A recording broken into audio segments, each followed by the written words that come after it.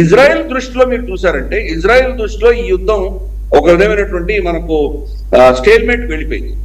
America శక్తిని మించి America ఏమి చేయలేనటువంటి పరిస్థితుల్లో, మనకు ఏదో ఇసుకలో మన కారు కూరుకుపోతే ఎటువంటి పరిస్థితి ఉంటుందో అలా అమెరికా దీంట్లో ఇరుక్కుపోయింది. వాళ్ళు ముందరకు వెళ్ళలేకపోతున్నారు అని ఇజ్రాయెల్ నిర్ణయించింది.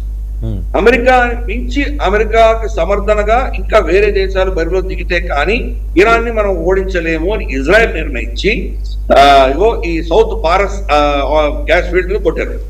దానితో వాళ్ళు తెలుసు ఇరాన్ ప్రతిదాడి చేస్తుంది, ప్రతిదాడి చేస్తే కనుక ఖతారు, సౌదీ అరేబియా మీద దాడి చేస్తే వీళ్ళు ఇక గతి లేని పరిస్థితుల్లో యుద్ధంలో దిగుతారు అని వాళ్ళ ఈక్వేషన్, ఇజ్రాయెల్ ఈక్వేషన్. ఎట్టి పరిస్థితుల్లో గల్ఫ్ దేశాలను యుద్ధంలో దించాలి అన్నది ఇజ్రాయెల్ అజెండా.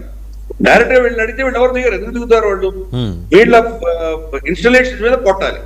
ఒకవేళ ఇరాన్ కొట్టకపోతే ఇజ్రాయెలే కొట్టి ఇరాన్ కొట్టేది చూడు మీరు రండి అనేటువంటి పరిస్థితులు కూడా రావచ్చు. అందుకనే మనకు టర్కీ మీద 2 మిజైల్స్ వెళ్ళాయి ఒక వారం 10 రోజుల క్రితం. 2 మిజైల్స్ వెళితే కనుక దాన్ని అఫ్కోర్స్ నేటో దాన్ని షూట్ డౌన్ చేసే. కానీ ఇజ్రాయెల్ ఏం చేసిందంటే, వీళ్ళు మీరు నేటో మీద కొట్టారు కాబట్టి మీ ఆర్టికల్ 5 ఇన్వోక్ చేసి టర్కీ బరిలో దిగండి, మీరు నేటో వీడికి వ్యతిరేకంగా యుద్ధం చేయండి అని అంటున్నారు.